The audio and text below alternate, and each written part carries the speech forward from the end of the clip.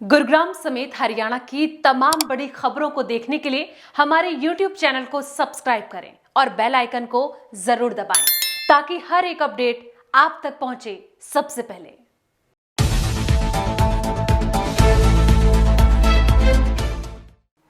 नमस्कार, आप देख रहे हैं वी न्यूज। मैं हूं आपके साथ संध्या बिष्ट। रुक करते हैं हरियाणा की 10 बड़ी खबरों का।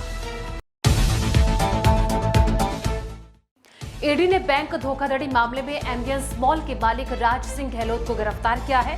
राज सिंह गहलोत को गुरुग्राम से गिरफ्तार किया गया है। ईडी अधिकारियों के मुताबिक बैंक ऋण धोखाधड़ी का मामला 200 करोड़ रुपए का है। गहलोत से सीबीआई भी पूछताछ कर रही है। यह आरोप लगाया गया था कि जिस जमीन पर एम्बियंस मॉल बनाया गया था वह एक हाउसिंग प्रोजेक्ट के लिए थी। हरियाणा के शिक्षा मंत्री कंवरपाल गुर्जर एवं शिक्षा विभाग के अधिकारियों के साथ एक बैठक का आयोजन हुआ। इस बैठक में हरियाणा कॉलेज स्टाफ के विभिन्न 3 यूनियन के अलग अलग मांग पत्रों पर विचार किया गया और काफी समस्याओं का समाधान कर दिया गया। शिक्षा मंत्री ने बताया कि वेतन वृद्धि आदि को लेकर किसी की मांग नहीं थी, बल्कि क्लर्कों के प्रमोशन आदि के विषय थे जिन्हें सुलझा दिया गया है। शिक्षा मंत्री ने एक सवाल के जवाब में बताया कि आज देश के प्रधानमंत्री नरेंद्र मोदी जी के साथ नई शिक्षा नीति को लेकर एक बैठक है। इस बैठक के बाद कल मुख्यमंत्री मनोहर लाल के साथ भी एक बैठक है। जो हायर एजुकेशन में जो लोग काम कर रहे हैं उनकी अलग अलग समस्याएं थी, उसमें हरियाणा गवर्नमेंट एडेड कॉलेज के प्रिंसिपल एसोसिएशन थी, उन्होंने अपने कुछ समस्याएं हमारे सामने रखी। उनमें से काफ़ी कुछ तो ऐसी है जिसके लिए हमने उनको कहा कि जल्दी हल कर देंगे और उनकी फाइल चल भी गई है। और इसी प्रकार से Haryana government college teacher association भी हमारे पास आई थी और एक्सटेंशन लेक्चरार की भी एसोसिएशन हमारे पास आई थी। इसके साथ ही all government college ministerial staff association, इसके भी हमारे पास कुछ लोग आए थे। और college teacher association, government aided college और college teacher association, government aided college के दूसरी 3 यूनियन है इनकी, वो तीनों यूनियन हमारे पास आई थी। और एक प्रारंभ का भी एक विषय था। इन सारे विषयों को लेकर जो यूनियन थी वो उन्होंने अपना अपना पक्ष रखा है। उनमें से काफ़ी जो उनकी जो समस्याएं थी उनको समाधान हमने तुरंत ही उसी टाइम कर दिया।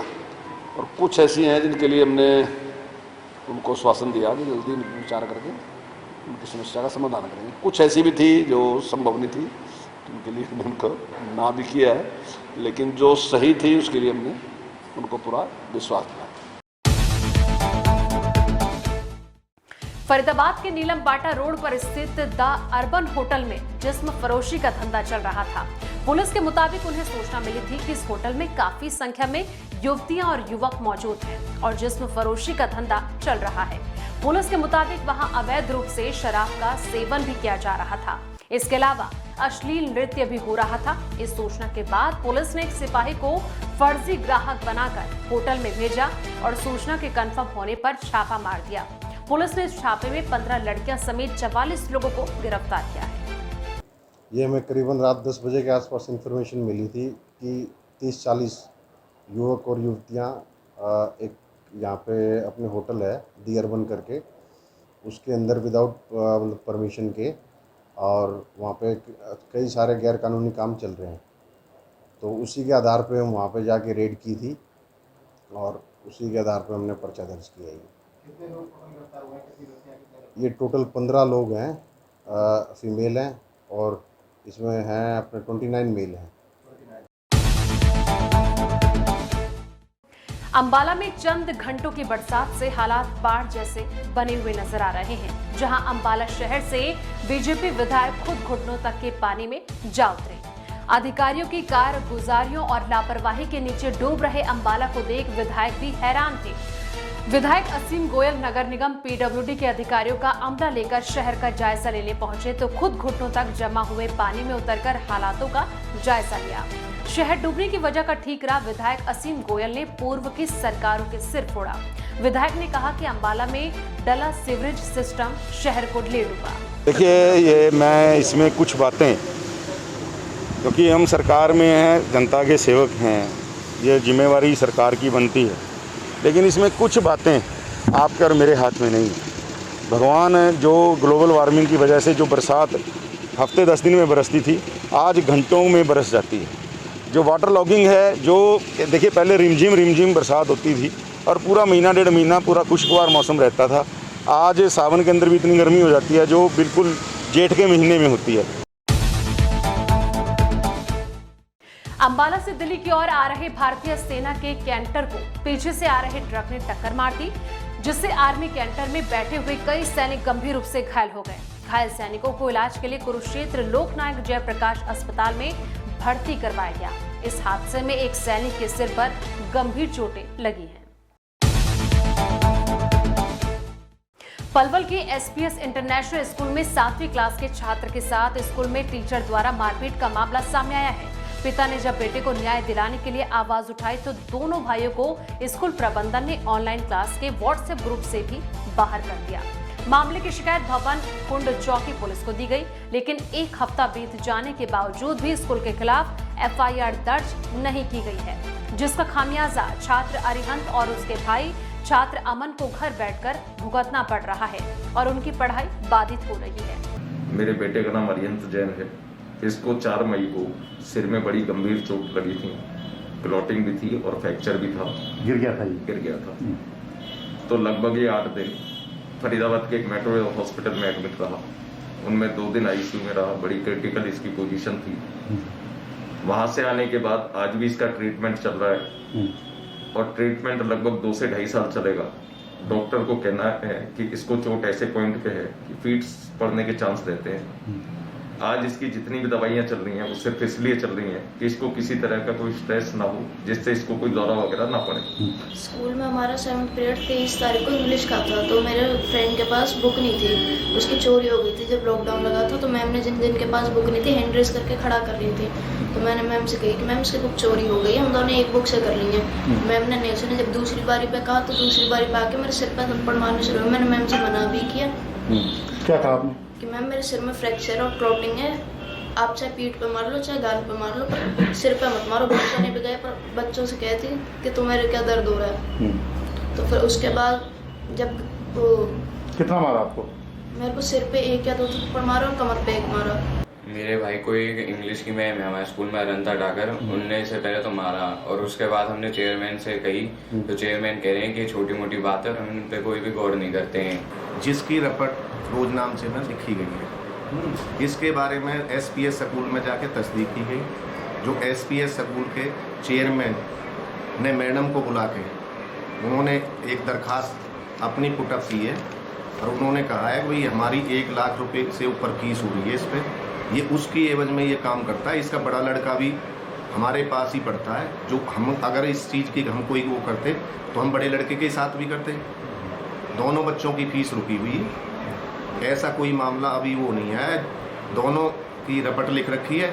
जो भी संज्ञान में कोई कार्रवाई आएगी वो भी कार्रवाई अमल में जाएगी। माध्यम जो सोशल मीडिया के माध्यम से मैं सभी को सामने एक बात रखना चाहूँगा कि जितने भी आरोप हमारे अध्यापक के ऊपर लगाए जा रहे हैं वो सारे आरोप बेबुनियाद हैं, वास्तविकता से बहुत दूर हैं और किसी भी तरीके से शारीरिक या कॉर्पोरल पनिशमेंट स्कूल में अलाउड नहीं है और ऐसा कोई इंसिडेंस हमारी नॉलेज में नहीं है। पिछले दिनों आई मॉनसून बरसात की वजह से झज्जर के नागरिक अस्पताल में पानी भर गया। इस पानी के भरने से अस्पताल की बिजली घंटों गुल रही। हालात इस कदर खराब हुए कि इलाज के लिए आए मरीज और उनके परिजन काफी परेशान हुए। घंटों लाइन में लगे रहकर उन्हें अपना नंबर आने का इंतजार करना पड़ा। बिजली गुल होने के चलते अस्पताल स्टाफ को भी काफी परेशानी का सामना करना पड़ा। बिजली न आने से गुरुवार को अस्पताल के हालात इस कदर खराब थे कि स्टाफ को मोबाइल के टॉर्च की रोशनी में ही मरीजों को इंजेक्शन लगाना पड़ा। आप द्वारा मेरे नोटिस में लाया गया अभी और मैंने आपके सामने अभी एमएस से बात करी है और उन्होंने आश्वासन दिया है कि इसको जल्द से जल्द ठीक करा लिया जाएगा। तो पानी थोड़ा सा क्या है वो सॉसरशिप हॉस्पिटल का जो एरिया है वहाँ पे पानी इकट्ठा हो जाता है। मैंने उनको डायरेक्शन दी है कि इमीडिएटली पंप लगवाए जाए, पब्लिक हेल्थ से बात करी जाए और उसको पानी की निकासी जल्द से जल्द करें। हरियाणा केंद्रीय विश्वविद्यालय महेंद्रगढ़ के कुलपति के रूप में प्रोफेसर टंकेश्वर कुमार ने अपना पदभार ग्रहण किया। प्रोफेसर टंकेश्वर कुमार ने कुलपति का दायित्व निर्वर्तमान कुलपति प्रोफेसर आरसी कुहाड़ से विश्वविद्यालय की कुलसचिव डॉक्टर जेपी भूकर व अन्य वरिष्ठ अधिकारियों की उपस्थिति में ग्रहण किया। इस अवसर पर निवर्तमान कुलपति प्रोफेसर आरसी कुहाड़ भी उपस्थित रहे। प्रोफेसर कुहाड़ ने नव नियुक्त कुलपति को हृदय से शुभकामनाएं दी। मुझे बहुत हर्ष है कि डॉक्टर टंकेश्वर कुमार जैसे प्रतिभाशाली, राष्ट्रवादी विचार के धनी और अनुभवी आज हमारी विश्वविद्यालय में उन्होंने वाइस चांसलर के नाते ज्वाइन की है। हम सब लोगों ने उनका हार्दिक अभिनंदन किया। डॉक्टर रमेश कुहाड़ के मार्गदर्शन में ये विश्वविद्यालय, आप जब आए तो यहाँ इसकी कुछ दीवारें थी और उन्होंने बहुत मेहनत किया, उनको प्रणाम है। और प्रोफेसर टंकेश्वर कुमार का हार्दिक अभिनंदन करते हैं। पिहोवा बिजली कार्यालय की बिल्डिंग करीब 70 साल पुरानी होने की वजह से खस्ता हालात में हो गई है, जिसके चलते आए दिन किसी न किसी कर्मचारी के ऊपर बिल्डिंग का मलबा गिरता रहता है। वीरवार को बिजली कर्मचारी काम कर रहे थे, उसी समय एक बिजली कर्मचारी के ऊपर बिल्डिंग का मलबा गिरने लगा, जिससे बिजली कर्मचारी ने साइड में होकर अपनी जान तो बचा ली, जिससे भड़के कर्मचारियों ने इकट्ठा होकर विभाग के अधिकारियों के खिलाफ नारेबाजी की और नई बिल्डिंग की मांग को लेकर ज्ञापन भी सौंपा। कल हम दोपहर को बैठे थे, जैसे बारिश होती हुई थोड़ा सा गिरा तो हम उठ के साइड में हो गए, वरना हमारे सिर पे गिरता और हमारा सिर फट जाता। उसके बाद मैंने एसडीओ साहब को भी बुला के वहाँ दिखाया भी, इन्होंने बस देखा, कहते हैं चलो ठीक है साफ कर दो। उसके बाद कोई बात हो नहीं रही है जी। बस रोज़ ही किसी न किसी के ऊपर ऐसी मलबा गिरता रहता, कोई ना कोई हादसे का शिकार होता रहता है रोज। सर ये मामला आज का नहीं है, काफ़ी पुराना है। जो सबर्बन सब डिवीजन की बिल्डिंग है 70 साल से पुरानी है और कई बार कर्मचारियों के ऊपर ढेरों क्विंटलों के हिसाब से मलबा गिर चुका है। और एक साथी सतिंदर है जो कि पीछे गंभीर रूप से घायल भी हो गया था। उस वक्त भी अधिकारियों ने आश्वासन दिया था कि हम भी ये जल्द से जल्द इसको ठीक करवाएंगे और नई बिल्डिंग का निर्माण करवाएंगे। लेकिन कल फिर सुभाष के ऊपर ये गिरा है, तो उसी के एवज में हमने एक नोटिस तैयार किया था। अधिकारियों की जो अड़ियल रवैया, जो उनकी संवेदनहीनता, जो उनके अंदर की आत्मा मर चुकी है, वो आपने देखा कैमरे के सामने कि वो नोटिस लेने के लिए बाहर आते हुए भी शर्मिंदगी महसूस कर रहे थे। हमारे दफ्तर की बिल्डिंग काफ़ी समय से पुरानी है और जिसके के लिए तो नई बिल्डिंग के लिए पहले से प्रोसेस चल रहा है। और मुझे भी आए यहाँ भी एक महीना हुआ है, जिस पर मैं भी कार्रवाई कर रहा हूँ। कल भी मैंने एसडीओ सिविल और एक्शन साहब से इस विषय में बात करी है और जो यूनियन के द्वारा मुझे आज अपनी समस्याएं दी गई हैं, उनका जल्द ही निपटारा कर दिया जाएगा। पलवल में एक मारपीट का वीडियो सोशल मीडिया पर खूब वायरल हो रहा है, जिसमें एक युवक पर लाठी डंडा, लोहे की रॉड व चाकू से हमला किया गया। आरोपियों के डर से डरे सहमे पीड़ित युवक ने एसपी को लिखित शिकायत देकर वीडियो को सोशल मीडिया पर वायरल कर दिया। पीड़ित ने आरोप लगाया कि जिन लोगों ने पंचायती जमीन पर कब्जा किया, उन्होंने उसके साथ मारपीट की और पुलिस ने पैसे लेकर आरोपियों को दर्ज मुकदमे से बाहर निकाला है। सर मैं मीडियम के माध्यम से सभी को बताना चाहता हूं कि मैंने गांव घोघेरा में हो रही मुश्तिल के 24 में 9, 12, 13, 18 में अवैध कब्जे हो रहे थे, उनके खिलाफ मैंने ये मुद्दा उठाया था, जिसमें कि उन अवैध कब्जाधारियों ने हमें गांव से भगा दिया, हमारे घरों को सारों को तोड़ फोड़ दिया तथा घरों को भी लूट लिया जो भी सामान था। और हम गांव से भगाने के बाद में जब मैं अब शेखपुरा मार्केट में जा रहा था तो उन लोग 30-35 लोगों ने मतलब मुझे घेर लिया, जिसमें कि मैंने सिर्फ 8 आदमियों के नाम बताए थे, जिसमें कि 8 आदमियों से भी पता नहीं उन्होंने 2 को निकाल दिया है और जो अन्य थे उनको मैं जानता नहीं है, उनको मैंने नाम नहीं लिखा। ये प्रदीप घोघेरा का रहने वाला है और इन्होंने सरकार ने पंचायत जमीन से इनको प्लॉट दिए थे गरीब को।